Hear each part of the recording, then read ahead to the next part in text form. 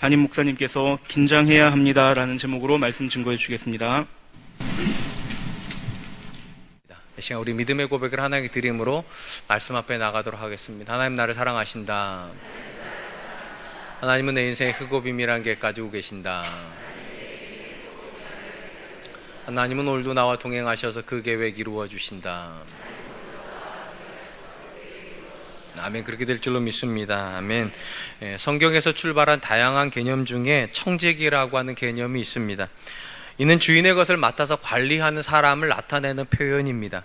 이 청지기의 개념의 출발점은 하나님의 천지 창조로부터 시작되었다 볼 수 있습니다. 하나님은 온 땅을 창조하시고 직접 다스리신 것이 아니라 그분의 형상대로 창조된 사람에게 관리하도록 명령하셨습니다. 이는 결코 세상을 사람들에게 주셨다는 뜻이 아니라 세상을 사람에게 맡기셨다는 뜻을 가지고 있습니다. 문제는 청지기여야만 한 사람이 청지기의 자리를 거부하고 주인이 되고 싶어 하였다는 데 문제가 있습니다. 우린 이것을 원죄라고 부릅니다. 아담이 이 죄를 원죄라고 부르는 이유는 모든 사람들 안에 이 똑같은 죄의 뿌리가 존재하기 때문입니다.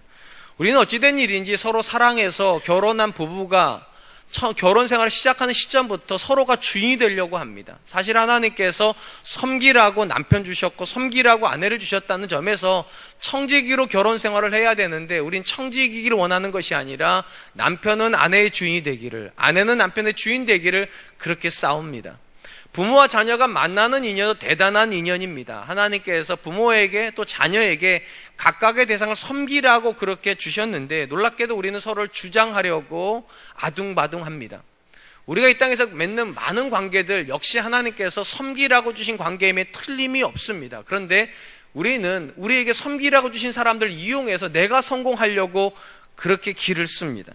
사실 사람 사이에서 일어나는 모든 문제는 청지기로 살면 해결될 것들을 청지기로 살지 않고 주인으로 살려고 하기 때문에 일어난다고 봐도 과언은 아닐 것 같습니다. 그런 점에서 하나님께서 인류를 구원하시기로 작정하시고 그 구원의 계획의 첫 출발점에서 아브라함을 부르신 것은 굉장히 의미가 있습니다. 결국 아브라함이 복음의 실질적인 출발점이라는 뜻일 것이기 때문입니다. 그리고 아브라함에게 주신 명령 중에 가장 대표적인 명령이 무엇인가? 너는 복이 될지니라. 하나님께서는 아브라함에게 복을 주시겠다 약속으로 하시고 그 복이 너를 통해서 다른 사람에게 흘러가야 된다는 것입니다. 당연히 흘러가려고 하면 섬겨야 되는 것이고 이것이 바로 청지기로의 회복을 의미하는 것입니다. 그리고 아담으로부터 시작된 실질적인 복음이 완성되는 시점은 예수님이 이 땅에 오심입니다. 마가복음에 보면 예수님께서 이 땅에 오신 자신의 삶에 그리고 자신의 사역의 본질을 이렇게 강조하고 있음을 보게 됩니다. 마가복음 10장 45절 인자가 온 것은 섬김을 받으려 함이 아니라 도리어 섬기려 하고 자기 목숨을 많은 사람의 대속물로 주려 함이니라. 예수님은 아담이 청지기로 섬기는 것이 아니라 주인으로 군림하려다가 죄가 들어왔다는 것을 간파하시고 본인이 이 땅에 오신 것은 섬기려 하고 자기의 몸을 대속물로 줌으로 저와 여러분과 인류를 회복하게 하시는 것이 그분의 사역의 본질이라고 얘기하십니다. 그러니까 구원의 본질이 청지기로의 회복입니다. 그리고 이 청지기로의 회복이 결국은 교회를 세우고 복음을 확장되는 기본 원리라는 것이 사도 바울의 생각이었습니다. 특별히 사도 바울이 3년간 심혈을 기울여서 세웠던 교회가 에베소 교회입니다. 본의 아니게 에베소 교회를 떠나야 했던 사도 바울이 밀레도에서 에베소 교회 장로들을 만나고 그들에게 교회를 부탁을 하는데 이렇게 부탁을 합니다. 사도행전 20장 35절 범사에 여러분에게 모범을 보여준 바와 같이 수고하여 약한 사람들을 돕고 또 주 예수께서 친히 말씀하신 바 주는 것이 받는 것보다 복이 있다 하심을 기억하여야 할지니라. 사도 바울이 생각하는 교회가 세워지고 복음이 확장되는 원리는 무엇인가? 섬김이고 청지기로 사는 것이라는 것입니다. 우리는 복을 받으러 이 땅에 온 것이 아니라 주는 것이 받는 것보다 복이 있다 하심을 기억하면서 이 땅을 살아야 된다는 거죠.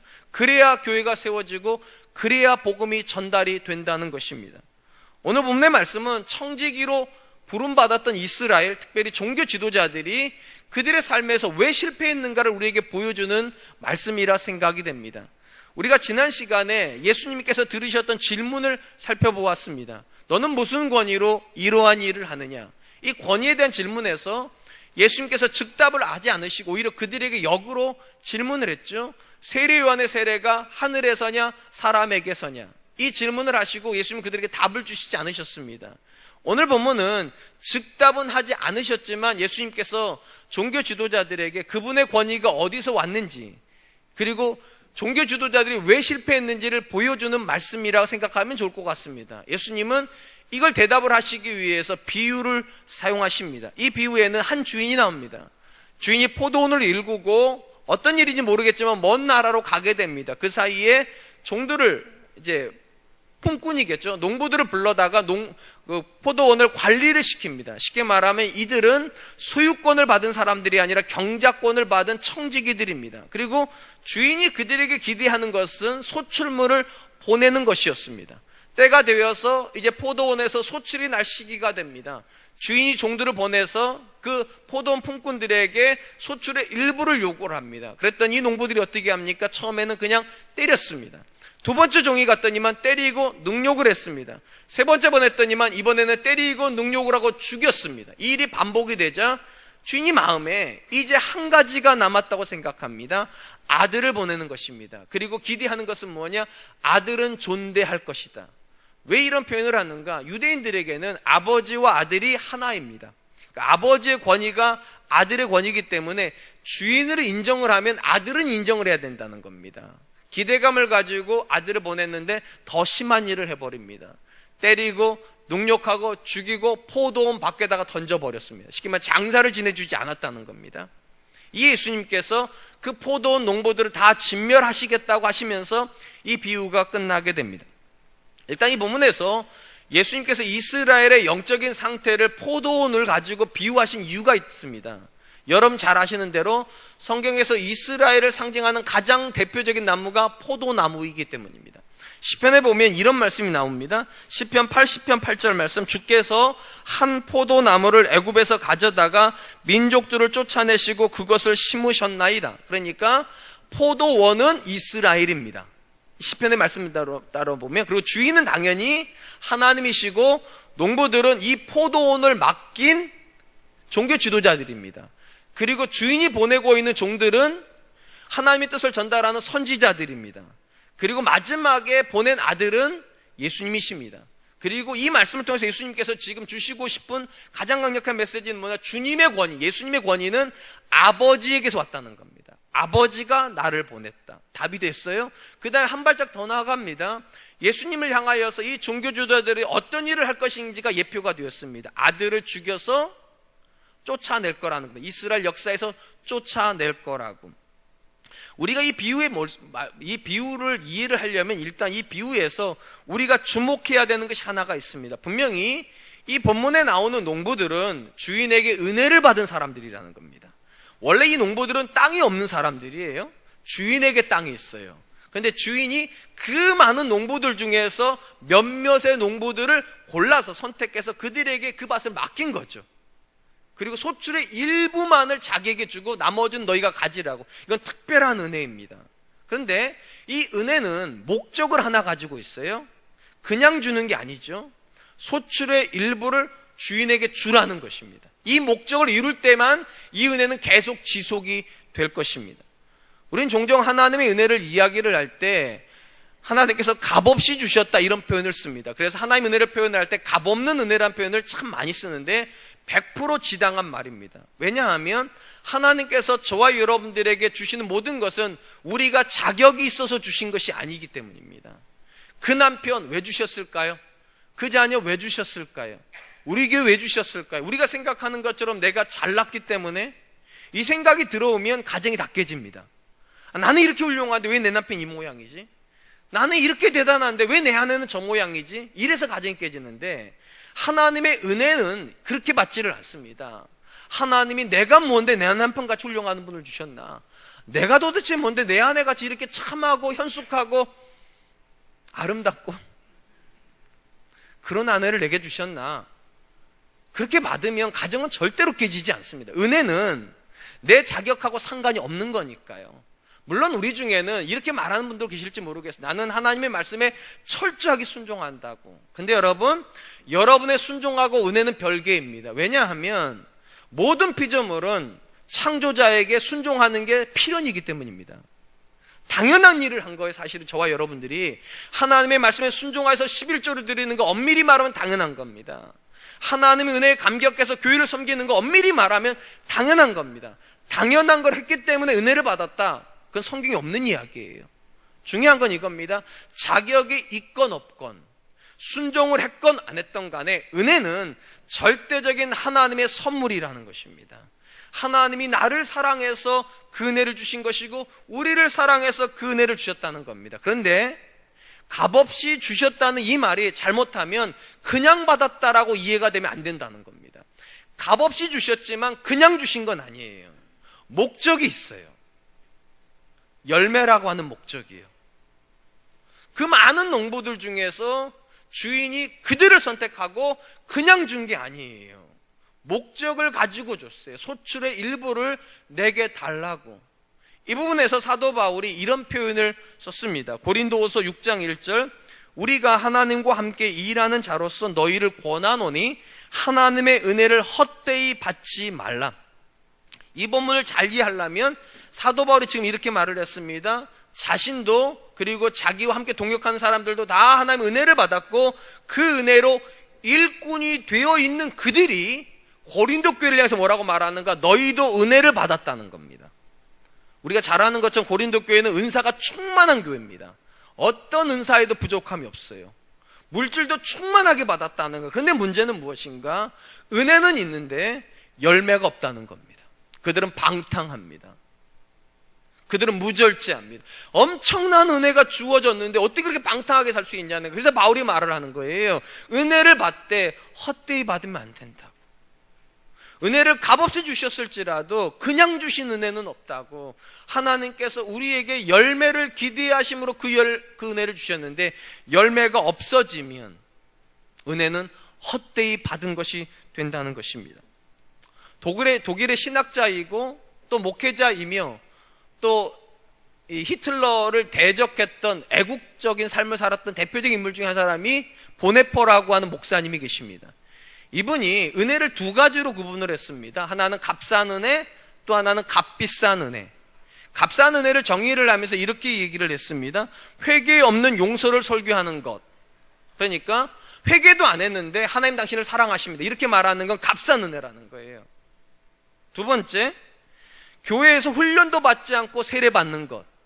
세례는 자기를 부정하는 것인데 쉽게 안 된다는 겁니다. 반드시 훈련을 받고 나서 세례로 들어가야 되는데 오늘날 교회들이 훈련은 안 시키고 세례를 줘버린다는 겁니다. 값싼 은혜라는 겁니다. 신앙의 고백이 없이 성찬식에 참여하는 것. 성찬식은 예수님의 몸을 찢고 피를 흘렸던 걸 기념하는 건데 나를 찢지도 않으면서 내가 희생도 안 하면서 그분의 성찬식에 버젓이 들어간다는 겁니다. 값싼 은혜라는 겁니다. 개인적 고백도 없는 사면, 쉽게 말하면 내가 이 사람에게 잘못했으면 그 사람에게 가서 잘못했다고 말한 다음에 하나님께 와가 용서를 구해야 되는데 이거는 없다는 거예요. 내가 할 책임은 다하지도 않으면서 하나님께 무조건 용서해달라고 말한다는 거예요. 그리고 목회자는 그걸 잘했다고 칭찬한다는 거예요. 값없는 은혜라는 겁니다. 마지막으로 제자의 삶이 없는 은혜. 삶도 없으면서 제자다운 고백도 없으면서 은혜는 받으려고 한다고.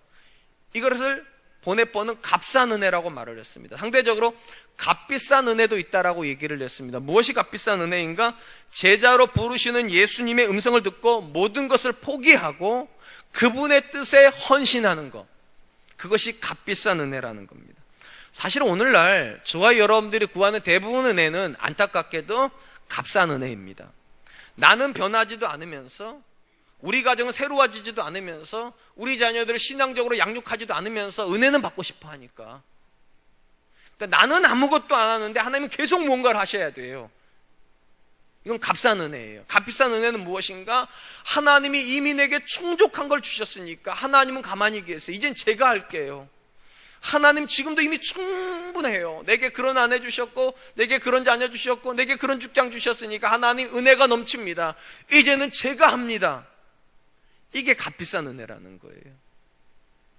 저는 우리 사랑과 은혜교 성도가 성도님들이 저를 포함해서 값싼 은혜에 목을 거는 사람들이 아니라 이미 내가 충족한 은혜를 받았다는 걸 인정하고 값비싼 은혜에 헌신할 수 있었으면 좋겠어요. 하나님, 나를 통해서 영광 받으십시오. 우리 가정을 통해서 영광 받으십시오. 이것이 우리의 목적이 되어야 될 줄로 믿습니다. 사랑하는 성도 여러분, 기독교 신앙과 일반 종교 신앙의 차이가 무엇일까요? 우리가 지난 주간에 살펴본 것처럼 기독교 신앙의 본질은 신본주의입니다. 출발점부터 마지막 끝나는 지점에 하나님이 계시다는 거죠. 은혜를 주신 분도 하나님이시고 그 은혜를 통해서 영광을 받으셔야 되는 분도 하나님이시라고. 모든 것의 시작과 출발점에 하나님이 계셔야 된다.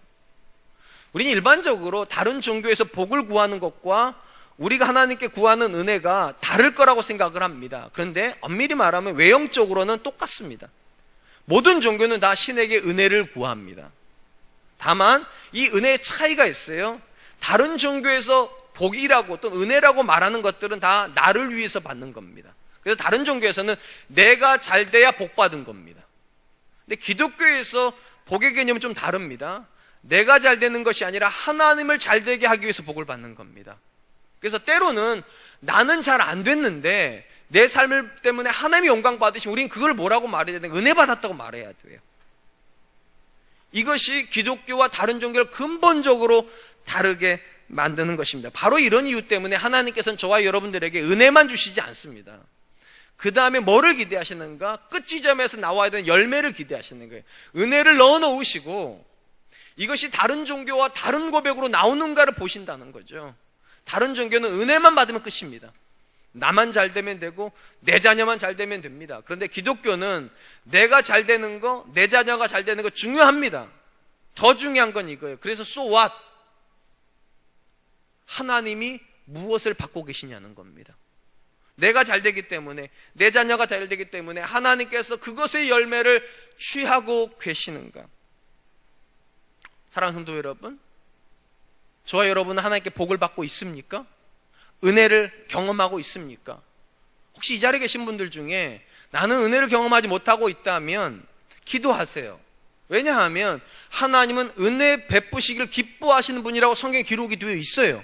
그러니까 기도하셔야 돼. 하나님, 이 말씀대로 내게 은혜를 주십시오. 내 자녀에게 은혜를 베풀어 주십시오. 기도하세요. 아멘. 또 하나 물어보아야 될 건 이것입니다. 하나님 말씀대로 하나님께서 내게 은혜를 주셨다면 거기서 멈추지 말고 하나를 더 물어야 됩니다. 하나님, 내 삶에 열매가 있습니까? 하나님께서는 은혜를 주시는 걸 목적으로 하지 않으신다니까요. 열매를 목적으로 하여 은혜를 주시기 때문에 은혜를 받은 것이 신앙의 목적은 아니에요. 거기서 한 발짝 더 가야 돼요. 내가 그 은혜를 받았기 때문에 이전보다 더 제자다운가? 내가 이전보다 더 새로운 사람이 되고 있는가? 내 옆에 있는 사람들은 그리스도의 향기를 느끼고 있는가? 나를 보면서 사람들이 이렇게 말하는가? 예수 믿는 사람은 다르구나. 그 목적으로 은혜를 주시는 겁니다. 오늘 본문에서 포도 농부들이 주인에게 버림받은 가장 큰 이유는 그들이 열심히 안 살았기 때문이 아니에요. 그들은 열심히 살았어요. 그러니까 열매가 맺어지는 거죠. 그러니까 여러분, 내가 최선을 다해서 무언가를 하고 있다는 것이 여러분이 잘 산다는 뜻은 아닙니다. 진짜 중요한 건 이거예요. 이들이 은혜를 받았는데 그 은혜가 열매가 되어 주인에게 가고 있지 않다는 데 문제가 있습니다. 일단 궁금한 건 이겁니다. 왜 이들은 주인에게 그 열매를 안 드리는 걸까요? 또 그 주인이 아들을 보냈는데 왜 이 아들을 죽이는 걸까요? 오늘 보면 이렇게 기록을 합니다. 7절 말씀에 그 농부들이 서로 말하되 이는 상속자니 자 죽이자 그리하면 그 유산이 우리 것이 되리라. 분명한 것은 주인이 농부들을 선택을 해서 그들에게 포도원을 맡길 때 소유권을 넘긴 게 아닙니다. 경작권을 넘겼습니다. 그리고 경작하여서 일부를 일종의 세금조로 주인에게 드리는 겁니다. 근데 이 본문에 나오는 농부들은 경작권이 아니라 뭐를 원하고 있습니까? 소유권을 가지고 싶습니다. 청지기가 되고 싶은 것이 아니라 주인이 되고 싶은 거예요. 그리고 주인의 아들을 죽이면 자기들이 그 소유권을 가진다고 생각을 한 겁니다. 거기서 문제가 발생한 것이죠. 청지기여야 되는데 주인이고 싶어 한다는 겁니다. 여러분 생각하시기에 신앙의 관점에서 볼 때 형통할 때하고 고난의 때 중에 어느 게 더 위험할까요? 교회 바깥에 있는 사람들은 고난의 때가 위험한 때라고 생각을 합니다. 근데 성경의 생각은 정반대입니다. 형통한 때가 훨씬 위험한 때입니다. 이걸 가장 잘 보여주는 기록이 시편의 기록이에요. 시편이 150편인데 시편의 가장 중요한 고백이 무엇인가? 내가 여호와를 갈망하나이다입니다. 우리가 잘 아는 고백 있잖아요. 목마른 사슴이 시냇물을 찾기에 갈급한과 같이 내 영혼이 주를 찾기에 갈급하나이다. 이게 시편에서 가장 멋있는 고백이에요. 내가 하나님을 원합니다. 그러면 여러분, 이 고백은 일이 너무 잘 돼서 하는 고백일까요? 사실은 그렇지 않습니다. 시편의 대부분의 고백은 고난에서 피어나온 꽃입니다. 고난에 서보니까 안 보이던 하나님이 너무 원해진다는 거예요. 이전에 잘 될 때는 하나님 없어도 살 것 같았는데 고난의 시절이 지나고 들어가 보니까 하나님 없으면 호흡을 할 수가 없다는 거예요. 그러니까 고난의 시절에 외치는 고백이 뭔가 내가 주를 찾기에 갈급하나이다. 이를 통해서 알 수 있는 것이 있어요. 교회를 다니는 사람이나 교회를 다니지 않는 사람이나 고난은 매 한 가지로 어렵습니다. 그러나 교회를 다니는 사람들에게 고난은 절대로 무거운 짐만은 아닙니다. 그 고난을 통해서 하나님을 만나는, 또 신앙이 성장하는 그런 기적과 같은 일이 벌어지기 때문이에요. 그런데 참 어려운 것이 무엇인가? 고난의 시절에는 신앙이 성장하는 일이 일반적으로 일어나는데 형통의 시절에는 이런 일이 잘 안 일어난다는 문제가 있습니다. 예수님 잘 믿어가지고 부유해지고 건강해지고 행복해지면 믿음이 좋아져야 되는데 대부분의 경우는 반대 일이 벌어집니다. 건강해졌기 때문에, 성공했기 때문에, 행복하기 때문에 기도 안 하는 일이 벌어지고 예배 생활에 느슨해지고 신앙생활에 절박함이 떨어지죠. 제가 목회를 하다 보니까 이런 생각을 참 많이 하게 됩니다. 은혜의 크기하고 하나님께 벗어나는 거리는 비례한다. 은혜가 크게 오면 하나님께 크게 벗어납니다. 은혜를 적게 받으면 아직 받을 게 있어서 그런지 몰라도 계속 붙잡습니다. 크게 받으면 받을 게 다 받았다 생각하는지 떠나버려요, 그냥요. 제가 웃자고 한 얘기가 아니라 성경에서 믿음에 실패하는 사람들은 절대로 고난이 커서 실패한 적은 없습니다. 은혜가 커서 실패합니다. 이스라엘에서 가장 큰 은혜를 경험했던 두 사람이 있어요. 첫 번째 사람은 사울이라고 하는 인물입니다. 그는 베냐민 지파예요. 여러분, 이스라엘 역사에서 가장 더러운 일을 한 지파가 어느 지파인가? 베냐민 지파입니다. 자기 민족을 대적한 지파예요. 전쟁을 한 지파란 말입니다. 그 지파 출신이 사울입니다. 사울이 그래서 알아요.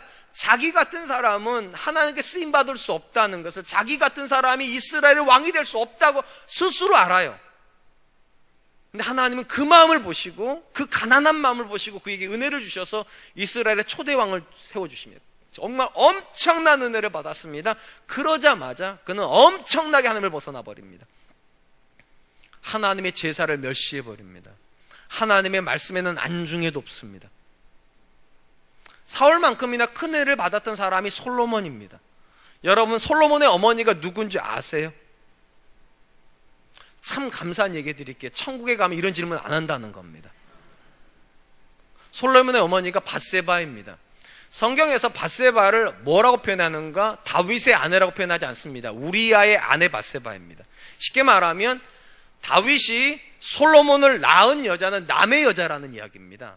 남의 여자에게서 자기 아들을 낳았습니다. 우린 이런 걸 어렵지 않게 말합니다. 불륜이라고 부릅니다. 불륜으로 아들을 낳았는데 이 아들 전에 9명의 아들을 정실 부인에게 낳았습니다. 이 솔로몬은 10번째 아들입니다. 상식적으로 이 10번째 아들이고 불륜의 상징인 아들이 왕이 될 수 있습니까? 근데 하나님께서 그 낮은 마음을 보시고 또 그를 왕으로 세우세요. 솔로몬도 그것이 엄청난 은혜라는 걸 알기 때문에 1000번제를 드립니다. 그리고 하나님께서 그에게 무엇을 원하나 묻죠. 솔로몬이 지혜를 구하자 이것도 하나님의 마음에 흡족하셔서 그에게 구하지도 않은 부와 명예와 수를 주십니다. 이스라엘 역사를 통틀어서 또 인류 역사를 통틀어서 솔로몬만큼 큰 은혜를 받은 사람은 없습니다. 그런데 이 은혜가 그에게 주어지자 큰 은혜만큼 크게 멀리 가버립니다. 이스라엘 역사에서 가장 많은 불륜을 저지른 사람이 솔로몬입니다. 가장 많은 우상을 섬긴 사람도 솔로몬입니다. 가장 많은 타락을 한 사람도 솔로몬입니다. 뭘 말하는 겁니까? 은혜가 전부는 아니라는 겁니다. 우리는 은혜가 있어야 신앙생활이 되는 줄 알아요. 근데 성경은 거꾸로 얘기를 합니다. 은혜의 때가 가장 위험한 때라고. 이 은혜의 때가 우리 안에 들어오면, 잘못 들어오면 교만해지고요, 내가 주인인 줄 알아요. 내가 인생에 정말로 모든 걸 할 수 있는 그런 사람인 줄 알아요. 사랑하는 성도 여러분, 이 자리에 계신 분들에게 제가 한번 묻고 싶습니다. 여러분이 받고 싶어하는 은혜가 뭡니까? 안 물어봐도, 또 대답을 안 들어봐도 제가 아는 답이 있어요. 여러분들 부유한 거 원하시죠? 거짓말하지 마세요. 원하시잖아요. 왜 표정으로 그렇게 지으세요? 다 원하시면서 부유하고 싶잖아요. 성공하고 싶잖아요. 행복하고 싶잖아요. 자녀 잘 키우고 싶잖아요. 건강하고 싶잖아요. 저도 원한다니까요. 저도 우리 아들이 제가 부자 되고 싶다는 말은 못해요. 차마 제가 목사인데 그런 얘기만 해요. 그러니까 제가 부자가 되고 싶다는 말은 안 하는데 우리 아들이 부자 되면 얼마나 좋아요. 그럼 저도 여러분들한테 살해 안 받고 무보수로 설교하고 좋잖아요. 우리 아들들 잘 됐으면 좋겠어요. 또 제 아들들이 결혼도 잘했으면 좋겠고, 그들이 권세를 얻었으면 좋겠고, 저도 행복했으면 좋겠고, 저도 건강했으면 좋겠고, 우리 교회도 잘 됐으면 좋겠다는 게 제 마음이에요. 근데 여러분, 진짜 물어봐야 될 질문 이겁니다. 감당하실 수 있겠습니까? 그 정도 돈 여러분이 원하는 만큼 받고도, 여러분이 원하는 만큼 살고도, 여러분이 원하는 만큼 행복하고도 여전히 그 신앙 상태를 유지할 수 있겠습니까? 장담하지 마세요. 오늘 본문에 나오는 이 농부들의 타락은 고난 때문에 생긴 거 아닙니다. 사울과 솔로몬의 그 엄청난 타락은 그들에게 은혜가 없어서가 아니에요. 우리가 부러워하는 것을 그들이 가졌기 때문이에요. 그래서 신앙에는 긴장감이 있어야 돼요. 복을 받을 때마다 정말 긴장하고 받아야 돼요. 자녀가 잘 되면 물어야 돼요. 내가 이걸 감당할 수 있나? 남편의 수입이 늘어나면 두려워해야 돼요. 내가 이걸 감당할 수 있나? 건강검진 하러 갔는데 내가 너무 건강하대. 내가 분명히 나이는 70인데 몸 나이가 50이래. 그러면 여러분 행복해하지 마시고 긴장해야 돼요. 내가 이걸 감당할 수 있나? 왜냐하면 은혜는 감당을 못하는 순간 독이 됩니다. 내가 죽어요. 나만 죽는 게 아니라 내 자녀를 죽여요. 내 자녀만 죽이는 게 아니에요. 교회를 죽여버려요. 사람의 안에 원죄가 있다니까요. 은혜의 청지기가 되려고 하지 않고 은혜의 주인이 되고 싶어 해요. 내가 자꾸만 지배하고 싶어 하고, 내가 자꾸만 목소리 내고 싶어 하고, 내 이름을 드러내고 싶어 해요. 그렇기 때문에 사랑하는 성도 여러분, 은혜가 목적이 되면 안 돼요. 잘 되는 게 목적이 되면 안 돼요. 그 다음을 생각해야 돼요. 그래서 이것 때문에 하나님이 영광 받으시는가? 이것 때문에 내가 하나님께 더 가까워지고 있는가? 이런 관점에서 놓고 보면 잠언에 나오는 아굴이라고 하는 사람이 했던 기도는 참 멋있습니다. 아굴이 이렇게 기도를 합니다. 잠언 30장 7절로 9절. 내가 두 가지 일을 주께 구하였사오니 내가 죽기 전에 내게 거절하지 마시옵소서. 곧 헛된 것과 거짓말을 내게서 멀리하여 주시고 하옵시며 나를 가난하게도 마옵시고 부하게도 마시옵고 오직 필요한 양식으로 나를 먹이소서. 혹 내가 배불러서 하나님을 모른다 여호와가 누구냐 할까 하오미 혹 가난하여 도둑질하고 내 하나님의 이름을 욕되게 할까 두려워함이니이다. 아굴은 절대로 이렇게 기도하지 않습니다. 하나님, 어떤 사람도 도달해 본 적이 없는 성공에다 나를 세워주십시오. 그 누구도 누려본 적이 없는 행복을 누리게 해주시고 어떤 사람보다 더 행복하고 더 건강하게 해주세요. 이렇게 기도하지 않습니다. 오히려 그는 어떻게 기도합니까? 너무 부하게도 하지 마시고 너무 가난하게도 하지 말라는 거예요. 왜 그럴까요? 자신이 없다는 거예요. 그렇게 부자가 되고 신앙 지킬 자신이 없다는 거예요. 그렇게 가난해지면서도 믿음 안에 서 있을 자신이 없다는 거예요. 그러니까 자신이 없는 나에게 분량 바깥의 은혜를 주지 말라는 거예요. 너무 부하게도 하지 마시라고. 왜냐하면 부해져서 하나님 모른다 할까 두렵고, 너무 가난하게도 하지 말라는 거예요. 하나님의 영광을 가릴까 두려우니까 필요한 것만, 정말 내게 꼭 있어야 될 그것만 주시라고. 여기서 우리가 확인할 수 있는 게 하나가 있습니다. 성경이 생각하는 은혜하고요, 우리가 생각하는 은혜가 확실히 다르다는 겁니다. 우리는 은혜를 양으로 많이 생각합니다. 얼마나 많이 받았나, 이걸 은혜라고 생각하는데 성경은 은혜를 거리로 생각을 합니다. 얼마나 내가 하나님께 가까이 있는가. 이 거리를 위협하는 양은 소용이 없다는 거예요. 아무리 내가 부자가 돼도 하나님께 멀어졌으면 소용없는 거예요. 아무리 내가 소유가 적어도 하나님께 가까워지면 여러분 성공하신 거예요. 여러분 행복하신 거예요. 이런 건 아멘 하고 싶지 않죠. 그죠? 저도 알아요. 근데 성경이 그렇게 말해요. 그러니까 때로는 가난한 사람이 부자보다 더 복이 있다고 말할 수 있는 거예요. 거리니까, 양이 아니니까. 아굴은 그래서 양을 기도하지 않아요. 거리를 기도해요. 하나님을 인정할 수 있게 해달라고. 내가 너무 부족하지도 말게 해주시고 너무 많지도 않게 해주시고 적당한 양에서 하나님과 긴밀한 거리를 유지하게 해달라고. 전 저와 여러분들도 그렇게 기도할 수 있었으면 좋겠어요. 하나님, 나는 청지기로 살고 싶고 청지기로 살기 위해서 양이 중요하지 않다 하셨사오니 하나님, 필요한 것만 주십시오. 내 자녀에게도 필요한 것만 주시고 그 자녀가 하나님 안에 머무를 수 있을 정도의 성공만 주시고 날마다 하나님을 구할 정도의 약함도 주셔서 하나님 없이 살지 않게 해달라고. 그것이 저와 여러분의 고백이 되었으면 좋겠습니다. 이제 마지막입니다. 이 부분에서 진짜 하이라이트는요, 포도원 주인이 돌아와서 포도 농부들에게 어떤 행동을 했는가입니다. 9절 말씀입니다. 포도원 주인이 어떻게 하겠느냐, 와서 그 농부들을 진멸하고 포도원을 다른 사람들에게 주리라. 주인이 와서 농부들을 다 죽여버리고 진멸하고 그 포도원을 다른 사람에게 준다. 그럼 여러분, 이 포도원을 받는 다른 사람은 어떤 사람들일까요? 당연히 열매를 드리는 사람들이겠죠. 그렇지 않겠습니까? 열매를 안 드려서 진멸했다면 그걸 받는 사람은 열매를 드리는 사람에게 줄 겁니다. 일단 여기서 우리가 먼저 주목할 것은 이 포도원 주인이 은혜를 빼앗았다는 것입니다. 우리가 자꾸만 성경을 오해하는 것이 하나가 있어요. 하나님을 사랑이라 고백하고 하나님은 은혜로우시다 고백하다 보니까 어떤 오해가 자꾸 우리 안에 들어오는가? 하나님은 절대로 나를 버리시지 않는다. 하나님은 무조건 나를 사랑하신다. 내가 어떤 잘못을 해도 하나님 무조건 용서하신다. 무한 긍정, 무한 은혜. 이게 하나님을 때 우리가 자꾸만 갖다 붙여요. 근데 이 본문이 뭘 부정하는가? 하나님은 무한 긍정 아니십니다. 무한 사랑도 아니십니다. 무한 은혜도 아닙니다. 줬던 것을 빼앗아 버리십니다. 그리고 다른 사람에게 주십니다. 이게 오늘날 우리 한국교회에서 놓치고 있는 가장 중요한 저는 믿음의 고백이라 생각합니다. 하나님은 여러분들을 모른다 하실 수 있습니다. 하나님은 저와 여러분들 버리실 수도 있습니다. 심지어 저와 여러분을 진멸하실 수도 있고 내게 주셨던 것을 다른 사람이 옮겨주실 수도 있습니다. 그걸 요한계시록은 뭐라고 말하는가? 촛대를 옮긴다고 표현하는 겁니다. 오늘은 이 사람에게 주셨던 은혜를 합당하지 않다 하여 빼앗아서 이 사람에게 주실 수 있는 분이 하나님이에요. 그래서 신앙 안에는 긴장감이 있어야 돼요. 어제 나를 사랑하셨다고 오늘도 사랑하려 한 법이 없어요. 하나님이 어제 나와 함께 계셨다고 오늘도 함께 계시려는 법이 없다니까요. 은혜가 철회가 될 수 있어요. 농부들에게 포도원을 주셨는데 그들이 하나님께 열매를 드리지 않자 그들을 진멸하고 열매를 드릴 다른 사람들에게 주셨다. 이 본문에만 나오는 이야기가 아닙니다.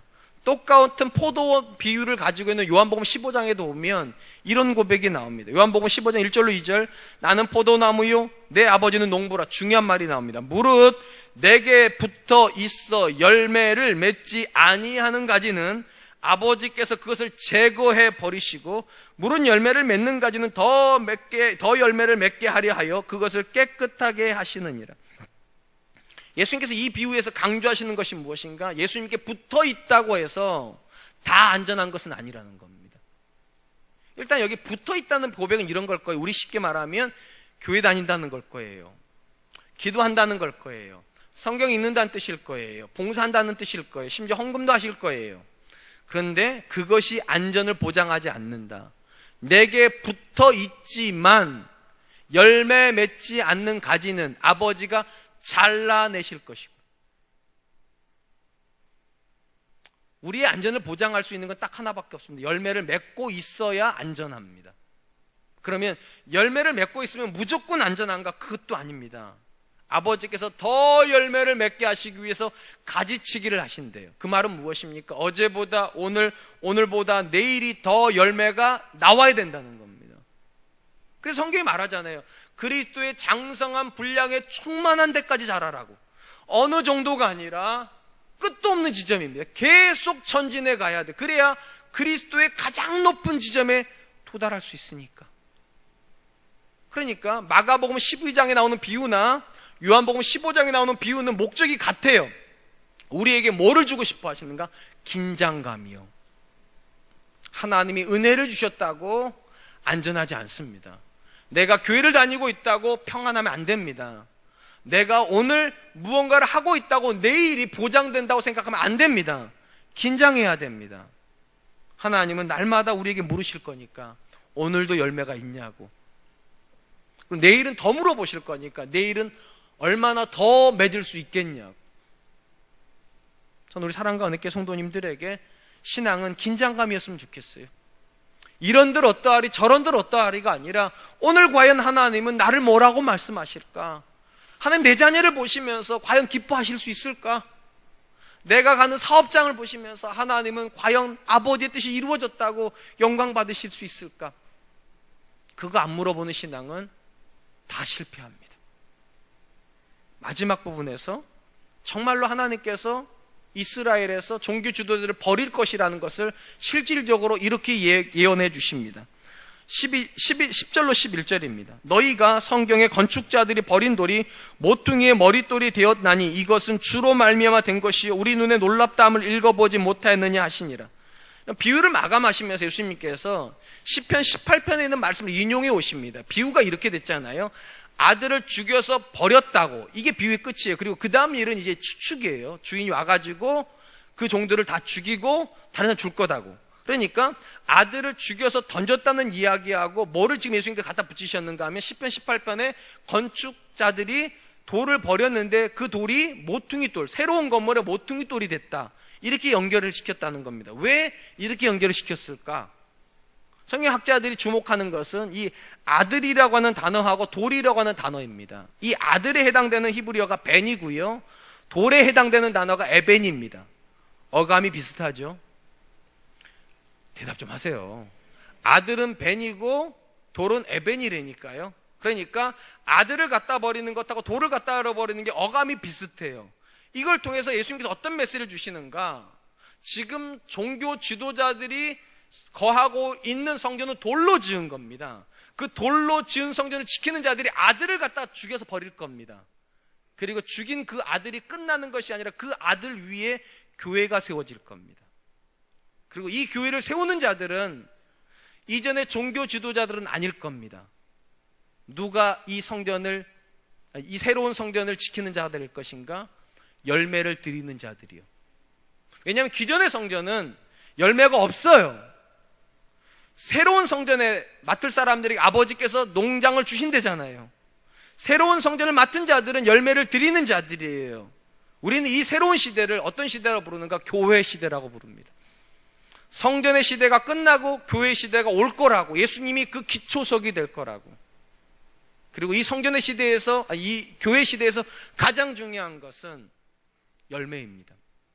왜냐하면 이 성전의 시대에도 예배는 있었어요. 이 성전의 시대에도 헌신은 있었어요. 이 성전의 시대에도 경건의 모양은 있었어요. 그런데 여기에는 뭐가 없었는가? 열매가 없어요. 그래서 새로운 교회 시대가 시작된 겁니다. 열매를 드리는 시대예요.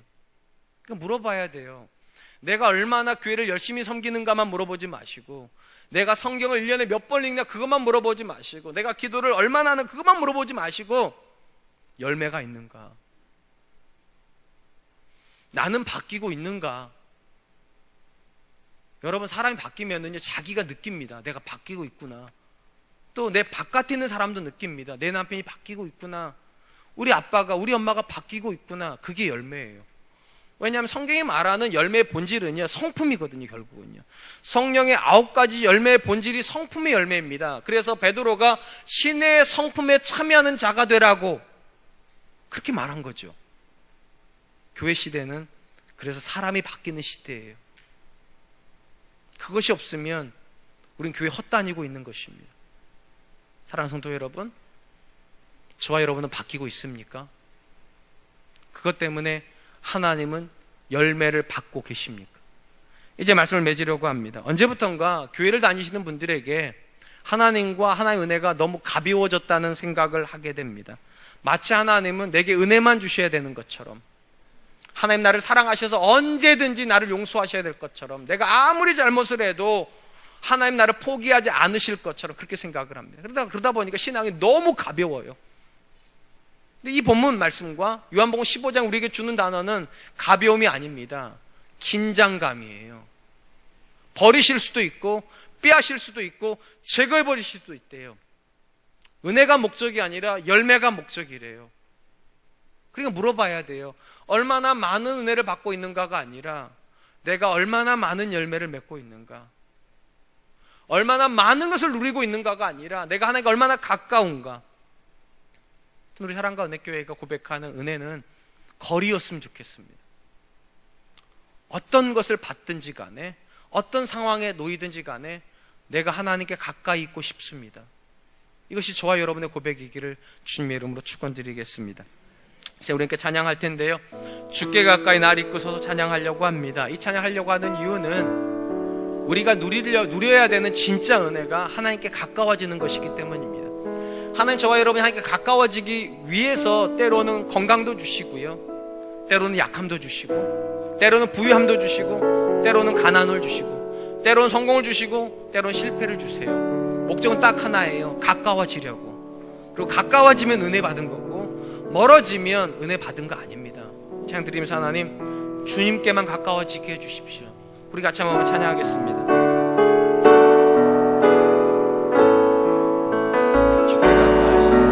주께 가까이 날 이끄소서. 간절히 주님만을 원합니다. 채워주소서. 주의 사랑에 진정한 찬양 드릴 수 있도록 주께 가까이 날 이끄소서. 주께 가까이 날 이끄소서. 간절히 주님만을 원합니다. 채워주소서.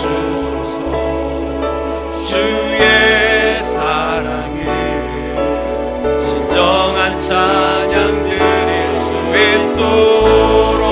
목마른 나의 영혼, 목마른 나의 영혼, 주를 부르니 나의 맘 만져 주소서. 주님만을 원합니다. 더 원합니다.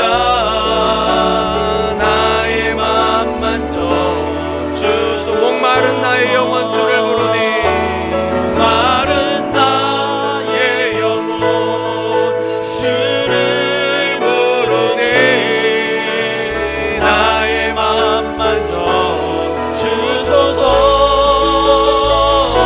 주님만을 원합니다. 더 원합니다. 나의 맘 만져 주소서. 사랑하는 성도 여러분, 여러분 스스로 복받은 사람이라고 생각합니까? 뭐가 복입니까? 더 많이 가지고 있고, 더 높이 올라갔고, 더 많이 누리고 있기 때문입니까? 아닙니다. 성경이 말하는 복은 하나님이 더 가까워지는 것입니다. 하나님 더 가깝다면 여러분이 아무리 가난해도 상관없습니다. 아무리 건강이 나빠도 상관없고, 아무리 낮은 자리에 있어도 상관없습니다. 그것은 복입니다. 이 시간 함께 기도했으면 좋겠습니다. 하나님, 은혜를 헛되이 받는 사람 되지 말게 해주시고, 그 은혜 때문에 하나님께 날마다 다가가고 하나님께 영광을 돌리며 하나님 뜻을 이루는 열매가 있는 사람 되게 하여 주시옵소서. 우리 같이 한 번만 기도하도록 하겠습니다. 기도하겠습니다.